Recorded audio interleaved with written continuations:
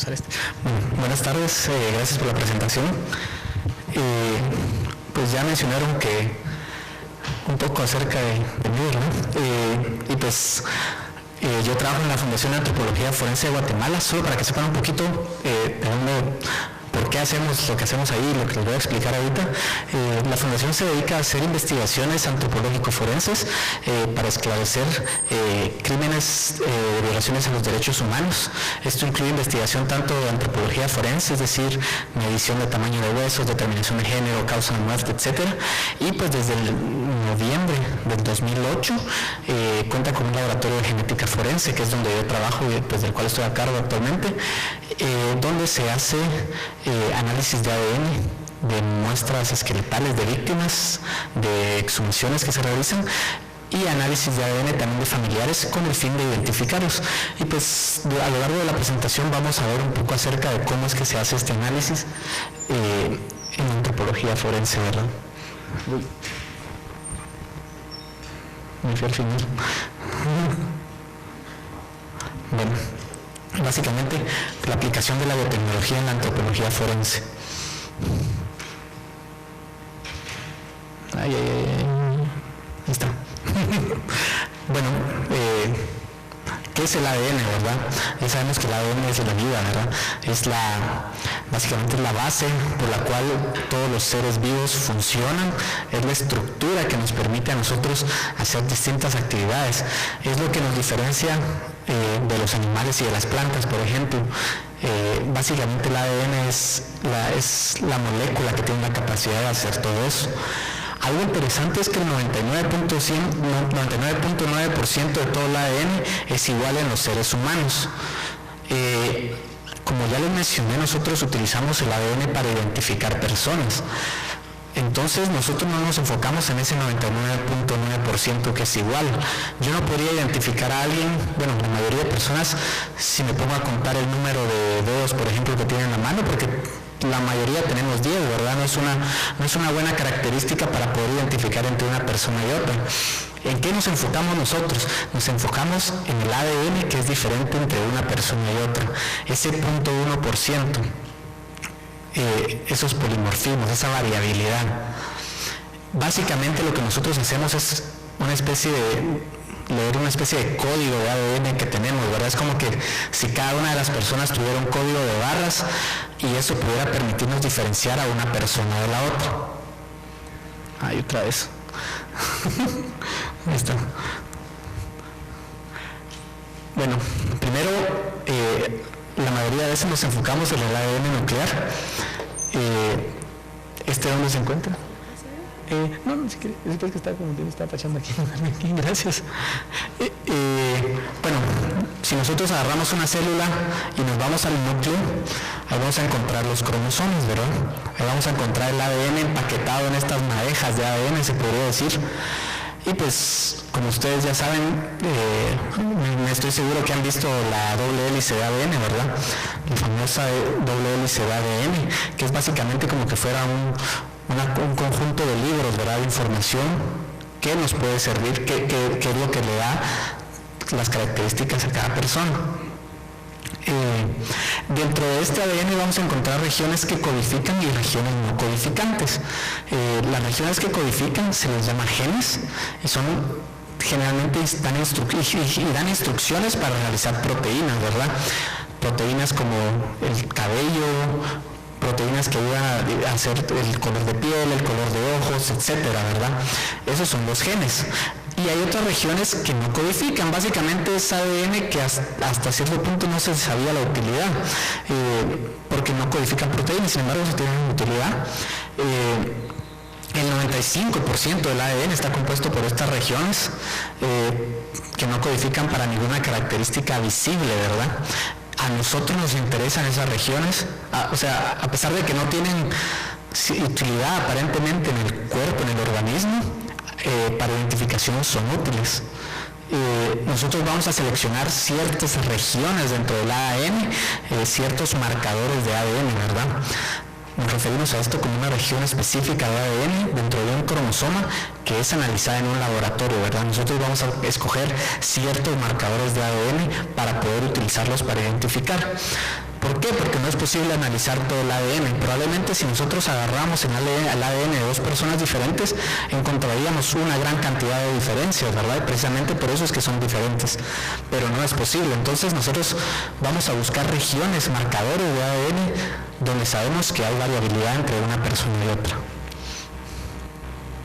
Básicamente vamos a escoger dentro de un cromosoma una región del ADN. Los marcadores que se utilizan en las ciencias forenses principalmente son los marcadores SPR. Ahorita yo sé que se quedan como, bueno, ¿qué significan esas letras? Ahorita vamos a ver qué es lo que significa. Estos son los más comunes en las ciencias forenses, como ya les dije. Sus siglas vienen de este nombre, Short Tandem Repeats, repeticiones cortas en tándem. Creo que eso tampoco les dice mucho, ¿verdad?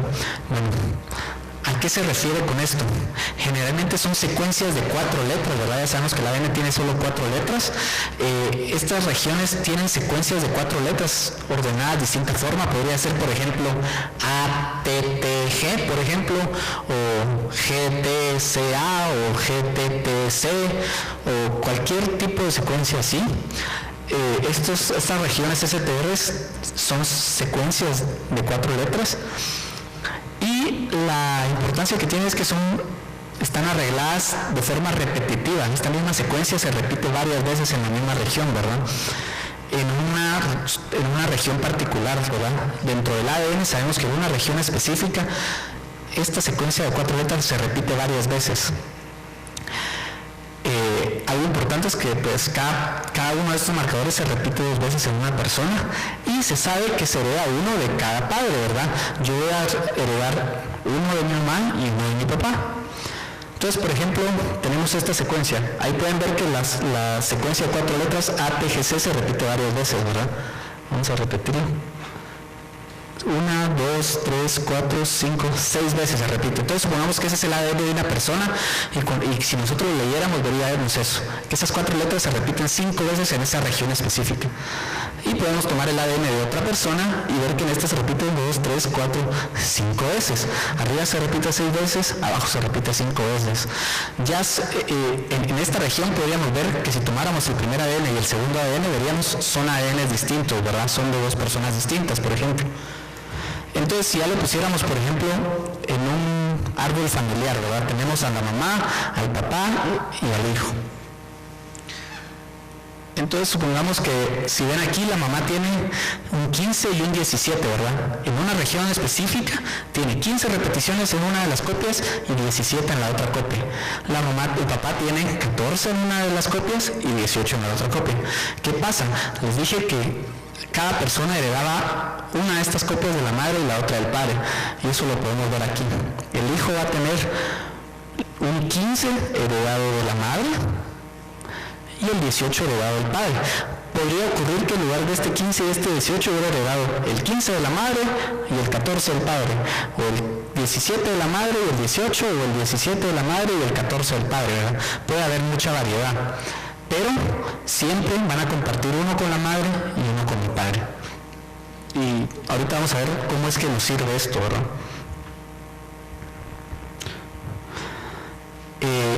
Otras cosas importantes que tienen estos marcadores STR es por qué se seleccionaron este tipo de marcadores para las ciencias forenses.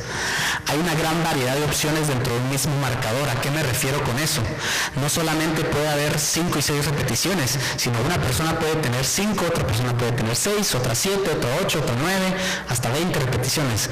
Hay una gran variedad, entonces hay mucha variabilidad en estas regiones y por lo tanto es más fácil identificar a alguien. Es como que hubieran 500 tipos de color de cabello, por ejemplo. Entonces, tal vez cabello morado y cabello verde, ¿verdad? Mientras más variedad haya, es más fácil poder individualizar a alguien a través de sus características. Esa es una de las propiedades que tienen los marcadores SPR. Por ejemplo, algo importante también es que no codifican para ninguna característica visible, o sea, estas regiones no están asociadas. Estas regiones que se utilizan en las ciencias forenses no están asociadas con, por ejemplo, cierta determinación a padecer cáncer o alguna enfermedad hereditaria o algo como que alguna característica visible de las personas. Simplemente son regiones que tienen un número de repeticiones de una secuencia de ADN. otra particularidad que tiene es que se pueden analizar varias regiones de una sola vez, por lo tanto mayor capacidad de identificación. ¿Cómo veríamos eso? Supongamos que en lugar de regiones de ADN tuviéramos distintas características físicas.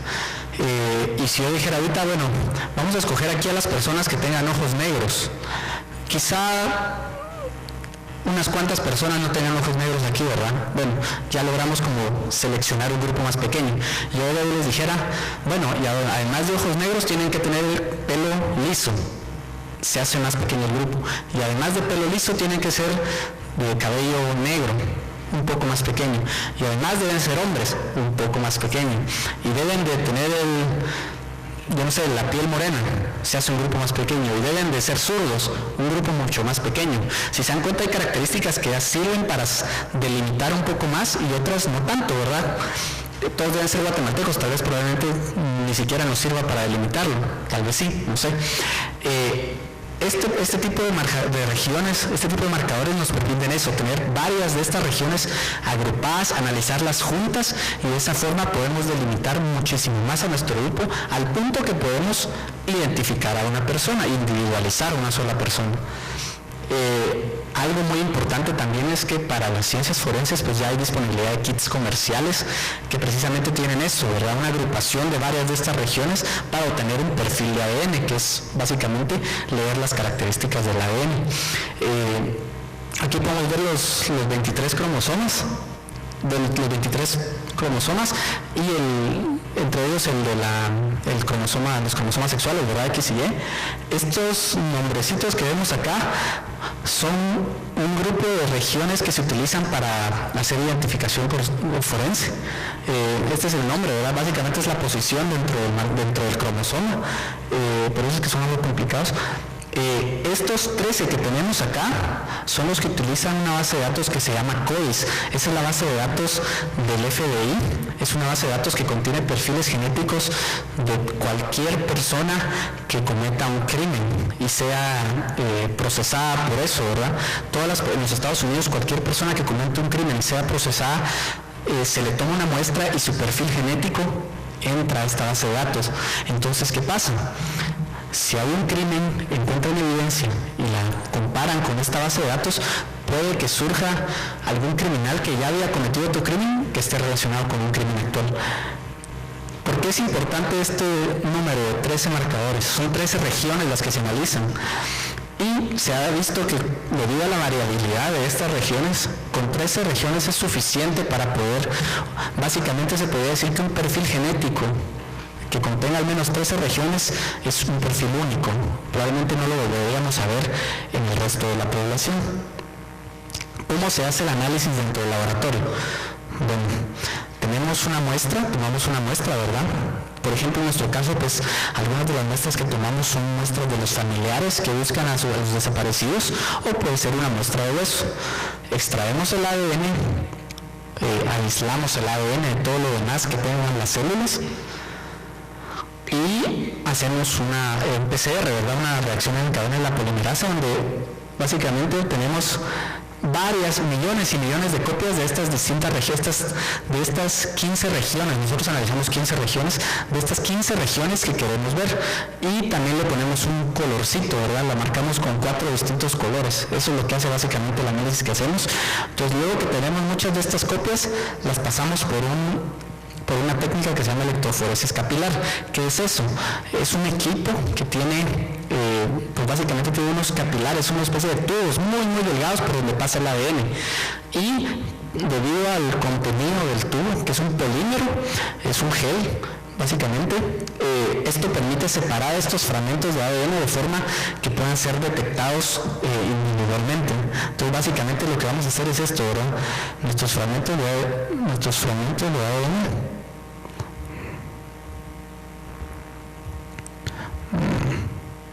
se me fue la animación, pero la cosa es que los fragmentos de ADN pasan a través de este tubo y al final son tomados, por medio de un láser y una cámara, son detectados, y esto se puede convertir en una señal electrónica que ya podemos ver nosotros. El ADN es tan pequeño que no es visible a simple vista, ¿verdad? ¿Qué nos permite esta tecnología? Poder ver estas regiones, ¿verdad? ¿Y cómo lo vamos a ver? Lo vamos a ver como una señal electrónica. lo vamos a ver como un perfil genético. Básicamente lo que vamos a obtener va a ser esto. Esto es un perfil genético. Ahorita se ve un poco confuso, ¿verdad? ¿Qué es eso? Ahora son unos como piquitos, ¿verdad? Si se dan cuenta hay 4 colores distintos. Esto nos sirve para diferenciarlos. Y en cada uno lo que se está encerrando en estos cuadros rojos son los nombres, los títulos de las regiones que estamos analizando. Si nosotros contamos, aquí tenemos 4, aquí tenemos 5, aquí tenemos otros 4, aquí van, ¿qué? 13, 14 y 15. Ahí están las 15 regiones de las que les hablé, ¿verdad? Se dan cuenta que en algunos tenemos 2 picos y nosotros tenemos 1. Si nosotros agrandamos este cuadrito, aquí pueden ver un 13. Ese es el número de repeticiones. Entonces, por ejemplo, aquí podríamos tener un 10 y un 11, aquí un 11 y un 12. En cada una de esas regiones vamos a tener distintos numeritos. Si se dan cuenta, hay 2 distintas opciones, ¿verdad? Tenemos 2 distintas opciones. En una se ve solo un pico, como por ejemplo acá, y en otra se ven 2 picos. ¿Qué significa esto? Pues esto se llama homocigoto y heterocigoto, ¿verdad? En el caso de homocigoto, aquí pueden ver un número 16, ¿verdad? ¿Qué quiere decir eso? Quiere decir que esta persona, el perfil que estamos viendo aquí, heredó un 16 de su mamá y un 16 de su papá, y por lo tanto, pues solo se ve ese número. Mientras que en esta otra región heredó un 9 de su mamá o su papá y un 12 de su mamá o su papá, ¿verdad? De la otra persona. Aquí abajo también podemos ver algo que es muy interesante, y este marcador se llama anelogenina. ¿Qué es esto? Esta es una región que se encuentra en los cromosomas X y Y. ¿Qué sucede? Esta región es diferente entre uno y otro cromosoma. Entonces esta región nos permite identificar si la persona, el perfil de la persona que estamos obteniendo es de un hombre, en este caso veríamos los 2 picos, ¿verdad? Por el X y el Y, o es una mujer, en caso que veríamos un solo pico. ¿Por qué esto es útil? Supongamos que estamos buscando a 2 hermanos y por medio de sus familiares sabemos que es uno de los hermanos, pero uno es hombre y el otro mujer. Esta región nos permite saber, ¿es esta o es la otra persona? Básicamente, este es un perfil de ADN, pero luego para hacer una identificación nosotros no agarramos esta forma gráfica, ¿verdad? Sino que nosotros lo que vamos a tomar son los numeritos, y lo que vamos a analizar al final va a ser esto. Básicamente este es un perfil genético. Si nosotros viéramos el perfil genético de cada una de las personas acá, a menos que hubieran gemelos idénticos, sería una combinación única. Es como que fuera un código de barras, como que fuera un número de identificación, ¿verdad? Aquí vemos las 16 distintas regiones y aquí vemos los numeritos que se obtienen. Básicamente esto es lo que nos va a servir a nosotros, ¿verdad? Es el conjunto de un perfil de ADN forense, va a ser el conjunto de los diferentes genotipos de los diferentes marcadores de ADN analizados, ¿verdad? Las 16 regiones las vamos a conjugar, las vamos a poner todas juntas en el mismo perfil. Es como que fuera un número de identificación, ¿verdad? Donde cada uno de estos numeritos perteneciera a cada una de estas distintas regiones.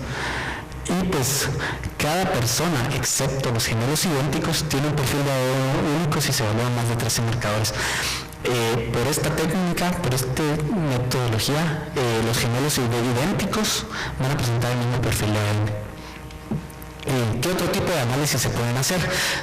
También tenemos el análisis del cromosoma Y. Como ustedes saben, el cromosoma Y se encuentra únicamente en los hombres, por eso es que somos XY, ¿verdad?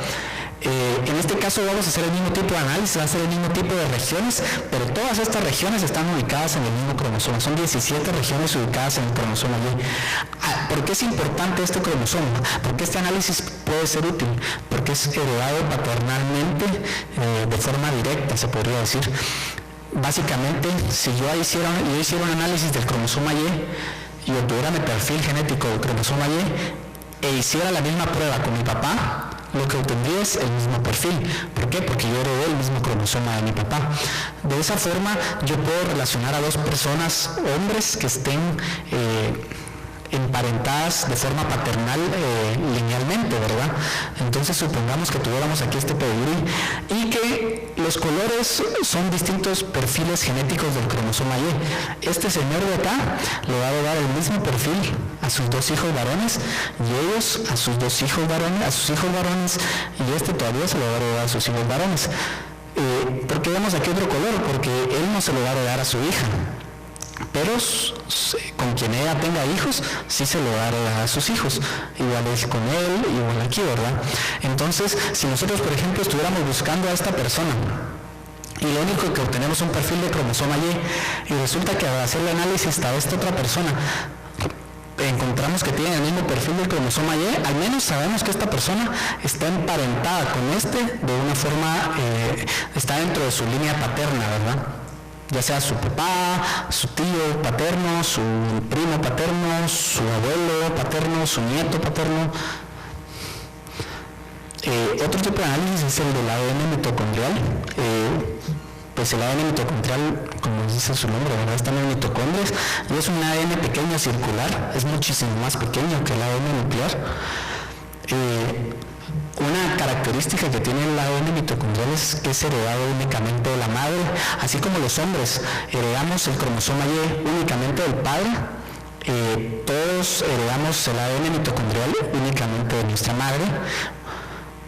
No se recombina, o sea, no se mezcla con el del papá. Las únicas variaciones que encontraríamos son debido a mutaciones. ¿Y cómo se hace este análisis? Este es un poquito distinto. Aquí no se hacen regiones STR, sino que lo que se hace es que se obtiene una secuencia estándar de una región del ADN, específicamente es de la región HB1 se llama. Y pues digamos que esta es una secuencia estándar, es una secuencia que todo el mundo toma como un estándar. Y yo analizo una muestra y obtengo la secuencia de ADN mitocondrial de mi muestra. Y lo que hago es comparar. Aquí tengo una A, aquí tengo una A, aquí tengo una T, aquí tengo una C, C, G, G, etc.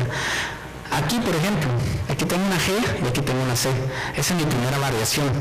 Entonces yo como reporto, voy a reportar que en la posición 8 voy a tener una C, y que en la posición, yo que sé, 16 va a tener una A, y que en la posición 25 voy a tener una P, por ejemplo. Y estos tres valores son los que voy a reportar.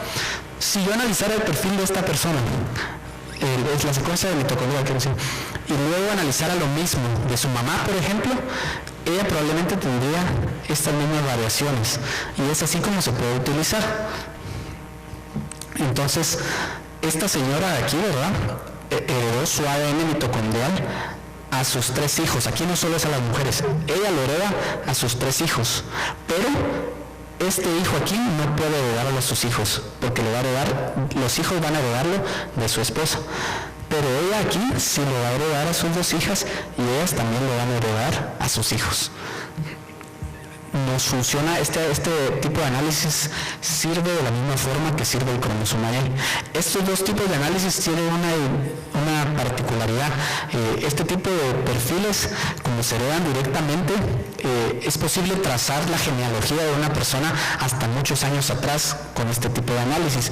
El ADN mitocondrial, este tipo de análisis de ADN mitocondrial es lo que han utilizado, no sé si ustedes han visto programas de que la EVA mitocondrial, y que lograron trazar hasta dónde se originaba el ser humano y todo eso.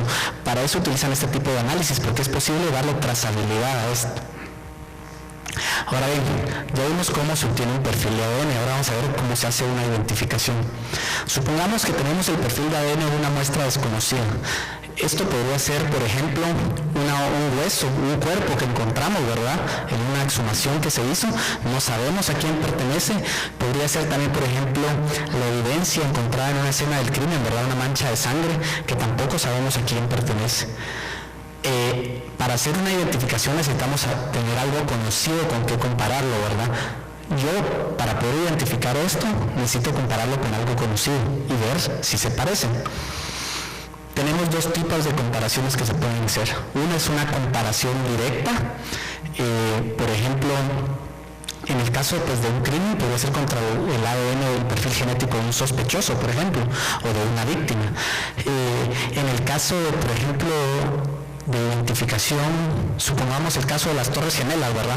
Ahí encontraban muchos cuerpos que no sabían quiénes eran, no sabían a quién pertenecía el cuerpo o los restos que encontraron.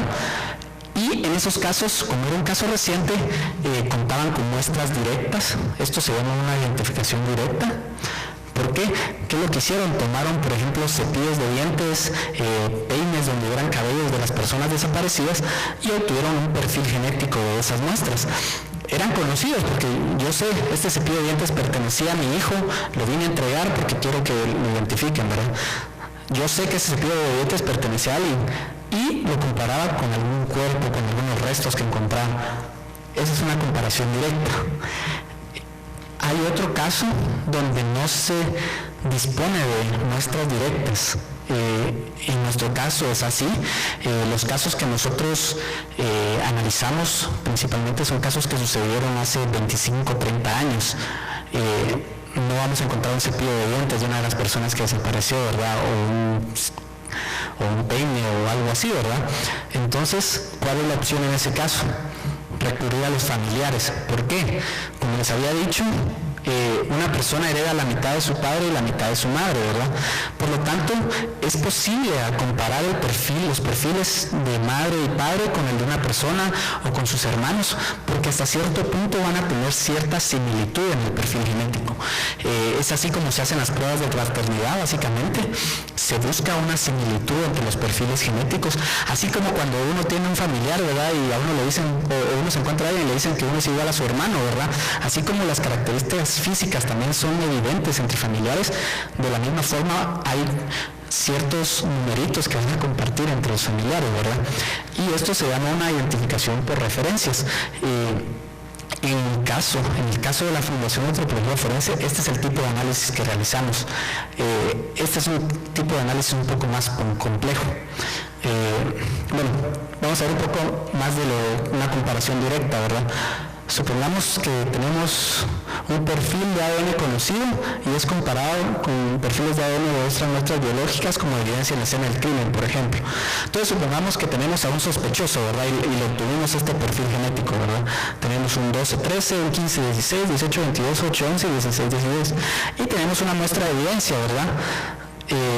Y resulta que cuando comparamos estos dos perfiles, hay una coincidencia, ¿verdad? El perfil coincide. Si tuviéramos, aquí tenemos solo 6 marcadores, ¿verdad? Pero si tuviéramos los 15 marcadores, podríamos decir, este es un perfil único. O sea que si esta muestra, yo la encontré en la escena del crimen, lo más probable es que esta muestra provenga de esta persona, ¿verdad?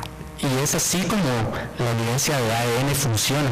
Es así como el ADN puede servir para castigar a las personas culpables, pero también puede servir para absolver a personas inocentes, para encontrar personas y para identificar. Ahora, ¿cómo hacemos en el caso de las muestras donde tenemos muestras referenciales, donde no hay una muestra directa con que comparar? Pues básicamente nosotros vamos a tener dos bases de datos. Una base de datos de ADN de familiares agrupados por grupo familiar, ¿verdad? Aquí podemos tener a todos los hermanos, a los papás y a un hijo, por ejemplo. Aquí tal vez tenemos a los papás y a un hermano, aquí a los 2 hijos, aquí a 3 hermanos. Básicamente nosotros recolectamos las muestras que hay disponibles y pues si se dan cuenta cada grupo familiar es distinto. Y tenemos una base de datos de ADN de víctimas, es decir, los perfiles de ADN que obtenemos de los huesos también los agrupamos en una base de datos. Entonces, por medio de algunos software que tenemos, ¿verdad? Esta comparación manual sería un poco complicada. Por medio de algunos software que tenemos, el programa lo que hace es comparar los numeritos de estas personas con cada uno de los numeritos de estas familias y busca coincidencias. Supongamos que las coincidencias fueran los colores, ¿verdad? Ok, este ADN de aquí se parece mucho al ADN que se encuentra en esta familia. Yo creo que es suficientemente parecido como para decir que esta persona pertenece a esta familia. Es así como se hacen las identificaciones. Ahora bien, supongamos que estuviéramos jugando dardos, ¿verdad? Y nuestro principal objetivo es llegar aquí, ¿verdad? Una identificación, dar en el centro. Pero, así como en el juego de dardos, tal vez uno quiera tener la mayor cantidad de puntos, pero si uno le atina a los círculos de afuera, también tiene cierta cantidad de puntos, ¿verdad? Y supongamos que uno tuviera varios dardos, ¿verdad? Para intentarlo. Pues si tenemos una referencia directa, básicamente le estamos tirando al mayor puntaje, ¿verdad? No siempre es el caso. Puede que en algunos casos no tengamos tanta suerte, ¿verdad?, de tener una referencia directa. Sin embargo, puede que haya algunos que den más puntaje, ¿verdad?, como por ejemplo tener a los padres. Ellos comparten la mitad del ADN que nosotros, dan bastante información. O a los hijos, junto con la esposa. La esposa no va a compartir nada con nosotros, pero sus hijos sí. Y sus hijos con la persona que estamos buscando hacen una muy buena combinación. También podemos tener a los hermanos. Quizá no tenemos tanta suerte y nuestro círculo familiar se va un poquito más afuera, ¿verdad? Medio hermanos, abuelos, nietos, tíos, comparten cierta información genética con la persona que queremos identificar, pero da menos puntos, se podría decir, no es tanta información. Pero en algunos casos puede suceder que, por ejemplo, tengo varios medios hermanos y entonces al final de cuentas pues puedo sumar los puntos, ¿verdad?, de mis dardos, ¿verdad? Tal vez yo todos los tiré por acá, pero la suma de todos los puntos me sirve, ¿verdad? Incluso primos, ¿verdad?, que están un poquito más alejados.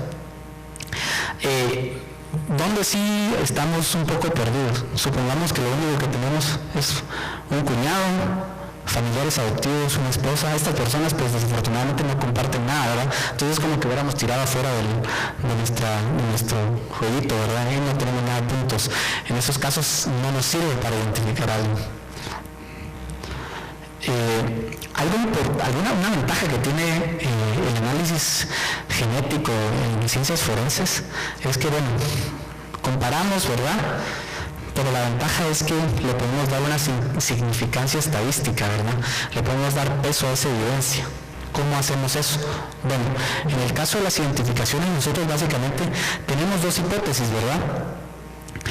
Una es que la víctima que encontramos pertenece a esta familia en base a la información genética, ¿verdad? La información genética se puede explicar de que esta persona pertenezca.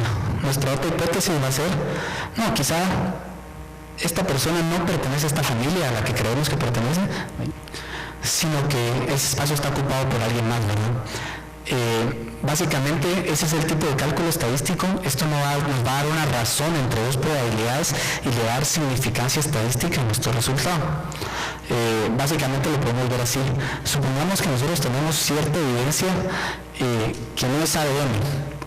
En el caso de, por ejemplo, un crimen, hay un testigo que dijo ver a este sospechoso, supongamos. Eso es evidencia que no es ADN, ¿verdad? Entonces, digamos que cuando se tiene cierta evidencia que no es ADN, supongamos que esta es la carrera para alcanzar una identificación certera, ¿verdad? Queremos llegar hasta acá. A veces partimos de un punto un poco atrás, a veces partimos a la mitad, dependiendo de la evidencia que nos sea ADN. ¿Qué es lo que hace ADN? ADN es evidencia muy fuerte, que lo que puede hacer en algunos casos es llevarnos básicamente a tener certeza. Hay un sospechoso porque hay un testigo que dice haberlo visto. Resulta que su ADN sí coincide con la muestra encontrada en la evidencia. ¿Qué significa esto? La combinación entre esta evidencia es muy importante porque esto nos va a dar la certeza. Supongamos en el caso de nosotros hay una identificación posible, ¿verdad? Resulta que tenemos un esqueleto que encontramos, ¿verdad? Una osamenta, y por la ropa alguna persona pudo pensar que era su familiar, y resulta que con ADN también coincide, ¿verdad? Ya teníamos cierta evidencia de que esta persona podría ser quien creemos, y gracias al ADN podemos tener una identificación certera. Pero es muy importante la combinación entre ambos tipos de trabajo, y básicamente esto va a ser nuestro resultado posterior. ¿Cómo se le da certeza a ese resultado de ADN? Bueno, como ya les mencioné, el perfil de ADN lo podemos ver como un conjunto de características del ADN de cada individuo. Es importante conocer qué tan individualizantes son esas características dentro de la población. Es decir, hay que conocer a la población a la que pertenecen las personas examinadas para saber qué tan significativo es. Veámoslo como un ejemplo. Supongamos que yo tengo 3 poblaciones: Alemania, Guatemala y China. Y en lugar de características de ADN vamos a ver características físicas. Entonces, si ustedes hicieran como una especie de base de datos de estas características en las distintas poblaciones, probablemente vamos a encontrar que algunos rasgos van a estar presentes en distinta proporción en estas poblaciones. Entonces, ¿qué sucede? Supongamos aquí una característica como, por ejemplo, tener el pelo rubio, en algunos países puede que no sea una característica tan individualizante. En Islandia, por ejemplo, creo que el 99% de las personas tienen el pelo rubio. Por lo tanto, ahí encontrar un cabello negro, por ejemplo, en una escena del crimen, puede que sí sea evidencia mucho más fuerte. Mientras que aquí en Guatemala encontrar un cabello negro en una escena del crimen no serviría para nada prácticamente, ¿verdad? Las poblaciones tienen diferentes características físicas visibles y de la misma forma las distintas poblaciones tienen diferentes características de ADN. Entonces, ¿qué sucede? Por ejemplo, que yo encontré en esta evidencia en cierto marcador había un número 12 y este número 12 coincide con el de sospechoso. Pero resulta que cuando yo miro mi base de datos, este número 12 está presente en el 50% de la población guatemalteca. Quiere decir que ese número 12 hasta cierto punto no es información tan fuerte, ¿verdad? Quiere decir que puedo descartar únicamente al 50% de la población. Pero ¿qué pasa si luego en otra región hay un número 18? Y coincide también, ¿verdad? Y cuando yo miro mi base de datos poblacional, resulta que este 18 está presente únicamente en el 0.01% de la población. Ok, esa evidencia no es fuerte, ¿verdad? Porque quiere decir que hay muy poca gente que comparte ese número. Y la combinación de estas distintas frecuencias es lo que nos va a dar la certeza estadística de un análisis de ADN. Hay algunos casos especiales, como por ejemplo, regiones geográficas remotas con poblaciones pequeñas y cerradas. Un ejemplo de eso sería, por ejemplo, las reservas indias en los Estados Unidos. Son poblaciones muy cerradas, son gente que incluso pues básicamente se reproducen entre ellos y eso hace que su ADN o la proporción de estos numeritos sea distinta y por lo tanto pues debe tratarse con casos especiales. Y lo otro es pues casos con parientes involucrados. ¿A qué me refiero con esto? Por ejemplo, los casos de incesto, donde hay un violador y resulta que no se sabe si el violador es, por ejemplo, el padre o el hermano, ¿verdad? Todo ese ADN, tanto el de la víctima como el de los sospechosos, es muy parecido porque son familiares. En esos casos pues también se complica un poquito el análisis. Y pues gracias por su atención y no sé si tienen preguntas.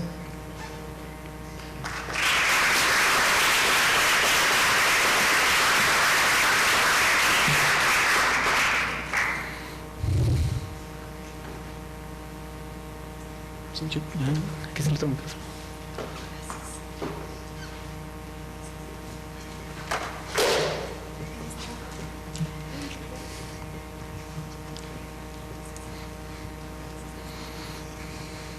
Tenía duda porque es que se puede hacer la genealogía con el ADN mitocondrial y no con el cromosoma Y. No, con el cromosoma Y también se puede hacer. Lo que tiene yo creo que se puede hacer con ambas.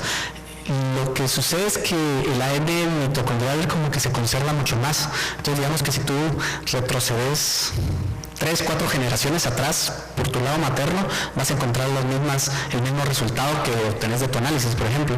Entonces, si te vas haciendo así como que una trazando, ¿verdad? Y probablemente si te vas 6 generaciones atrás, probablemente se parezca mucho, pero solo una letra de estas no está presente, ¿verdad? Y entonces esto permite hacer una trazabilidad mucho más extensa, se podría decir. No sé si está.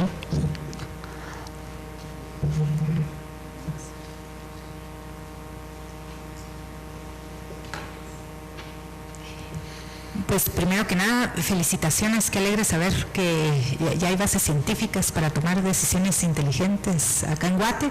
La pregunta es, ¿qué tanta aceptación hay de parte de la población en general, de las autoridades, en cuanto a los resultados que emiten basado en ciencia? Y bueno, con respecto a participación de la población, pues sí ha habido bastante participación en los últimos 2-3 años que llevamos de trabajar en esto.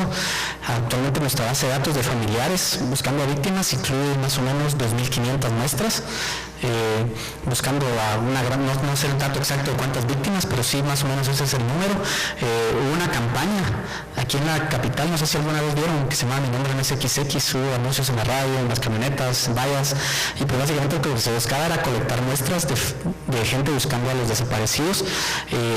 Pues gracias a esa campaña logramos colectar alrededor de 1.000 muestras también de ADN. Con respecto a las autoridades, pues todos los todos los casos que trabajamos en la fundación se hacen también con una base legal, es decir, se lleva un proceso legal en colaboración con el Ministerio Público.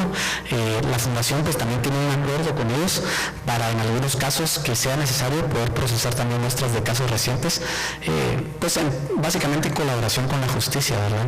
Aplicar esta nueva tecnología en colaborar en la justicia, el sistema de justicia de Guatemala. Buenas tardes, disculpe, mi pregunta es no tanto con el perfil forense, sino yo leí un artículo sobre los cromosomas sexuales que dice que el cromosoma 1 tiene mucho que ver con la construcción del ovario. ¿Qué tan cierto es eso? Bueno, sí, los cromosomas X y Y tienen mucha influencia, digamos, básicamente son los que determinan, ¿verdad? En la presencia del cromosoma al 1. Bueno, eso sí no sabría, la verdad es que no sabría decirle, porque me imagino que sí tiene mucha influencia, pero sí no sabría decirles específicamente. ¿Existe una base de datos en Guatemala de ADN? Nosotros tenemos un banco de datos genético de familiares de víctimas de desaparecidos, que pues como mencioné hace un motivo, tiene alrededor de 2.500 perfiles genéticos de personas buscando a gente desaparecida. Y bueno, al mismo tiempo tenemos una base de datos de víctimas, ¿verdad? Que también tenemos alrededor de 500 perfiles obtenidos de osamentas.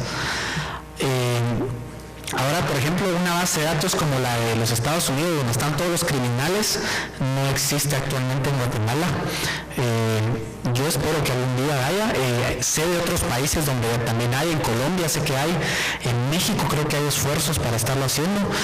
En Inglaterra es el país que está tal vez más avanzado en ese sentido. Inglaterra básicamente Inglaterra está buscando tener el perfil genético de todas las personas. Creo que ahí toma muestra de cualquier persona que incluso haga una falta, como por ejemplo pasarse un semáforo en rojo. Ya solo por hacer una falta así, pues también se les toma su muestra, ¿verdad? Ellos tienen la base de datos más grande. Estados Unidos pues ha avanzado bastante, pero ellos sí solo toman muestras de procesados, ¿verdad? Personas que ya están en la cárcel por cometer algún crimen. Y otra pregunta, ¿la base de datos aquí en Guatemala sí se está usando en crímenes o solo se usa para captar desaparecidos? La que nosotros tenemos básicamente se utiliza para identificación de desaparecidos. ¿No se podría implementar para crímenes? Se podría implementar, pero pues yo espero que algún día suceda, pero sí, lo que sucede es que es una base de datos con personas que son familiares, ¿verdad?, de desaparecidos. Para tener una base de datos que funcione en el crimen, tendríamos que básicamente tomarle muestra a las personas que están procesadas por los crímenes y hacer una base de datos con estos perfiles genéticos. Y sí, esto no existe. La del INASIF debe estar ya en desarrollo, ¿no? Pues yo la verdad no sé si está en desarrollo, ojalá. Es algo que sí podría servir mucho, pero realmente no tengo información al respecto. Sí, tal vez solo para hacer una nota, muchos de nuestros egresados están en la fundación. ¿Cuántos están ahorita ahí? Habemos 8 bioquímicos trabajando en el laboratorio ahorita. Y también tenemos 3 en el INASIF que son su competencia. No es competencia. Están haciendo cosas diferentes. No, pero para que vean que las ciencias forenses es algo que está creciendo, ¿verdad? Y que pues hay oportunidad ahí.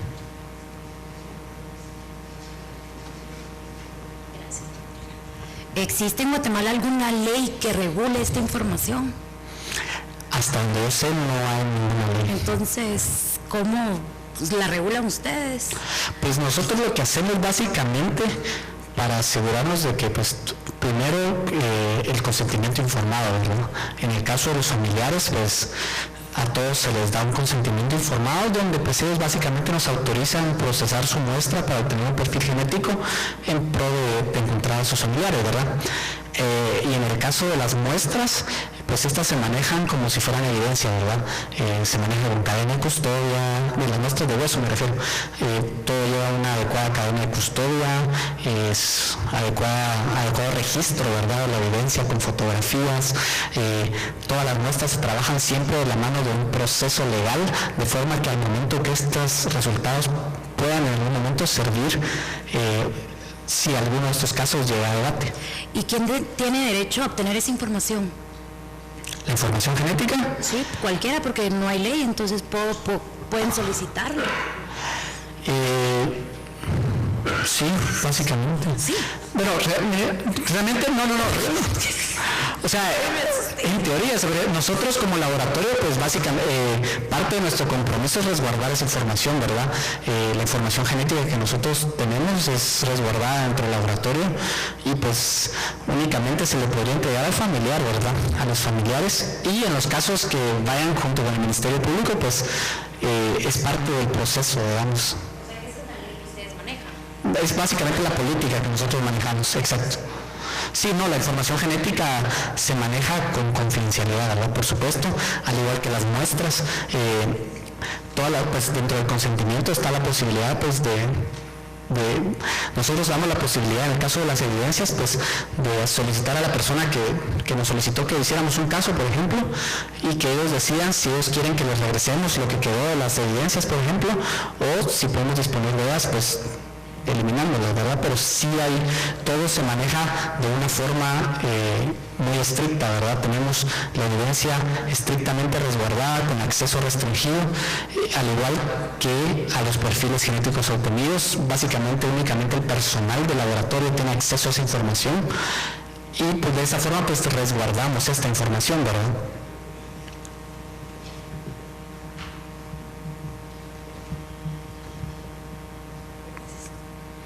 ¿Ha habido acá en Guatemala algún caso de violaciones o algo así por el estilo que hayan necesitado de la ingeniería forense? Sí, bueno, el INASIF tiene un laboratorio de ADN que pues se encarga de hacer este tipo de casos, ¿verdad?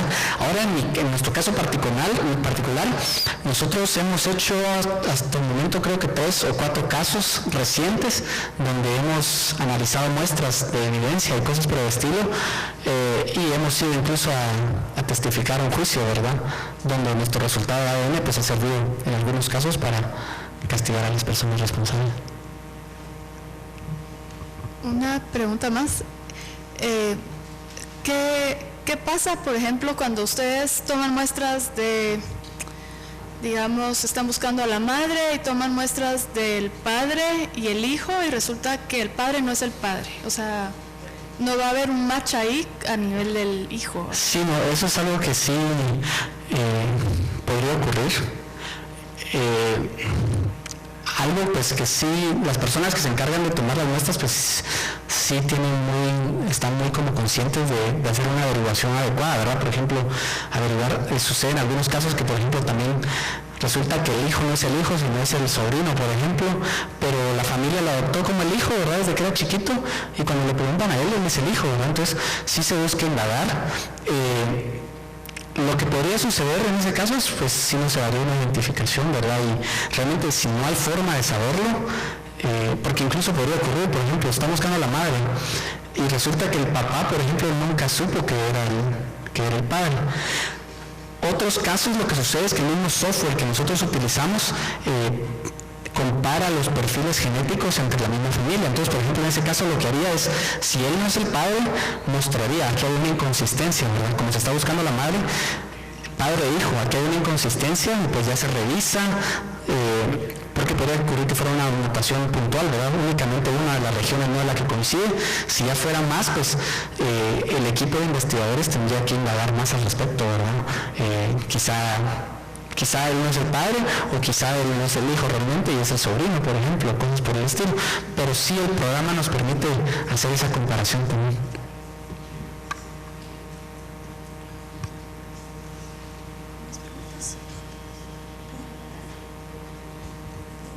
Muchas gracias. Gracias.